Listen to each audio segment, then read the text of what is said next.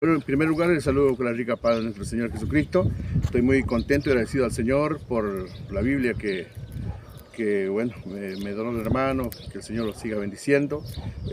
Bueno, siempre necesité porque la otra Biblia poco veo, ¿no? Por tema de vista, problema de la vista. Así que bueno, con esto voy a ser útil para llevar el mensaje de la palabra de Dios. Soy pastor de la Iglesia Evangélica Betel de la comunidad Pueblo Originario Mocoit, allí en General Pinedo, y también llevo las alabanzas, canto como corista en diferentes lugares. Así que bueno, yo agradezco con esta tu Biblia, que el Señor lo bendiga, y saludo a todos los hermanos, al Señor. ¿Alguna palabra al Mocoy puede ser? Bueno. Un saludo. Ñaachik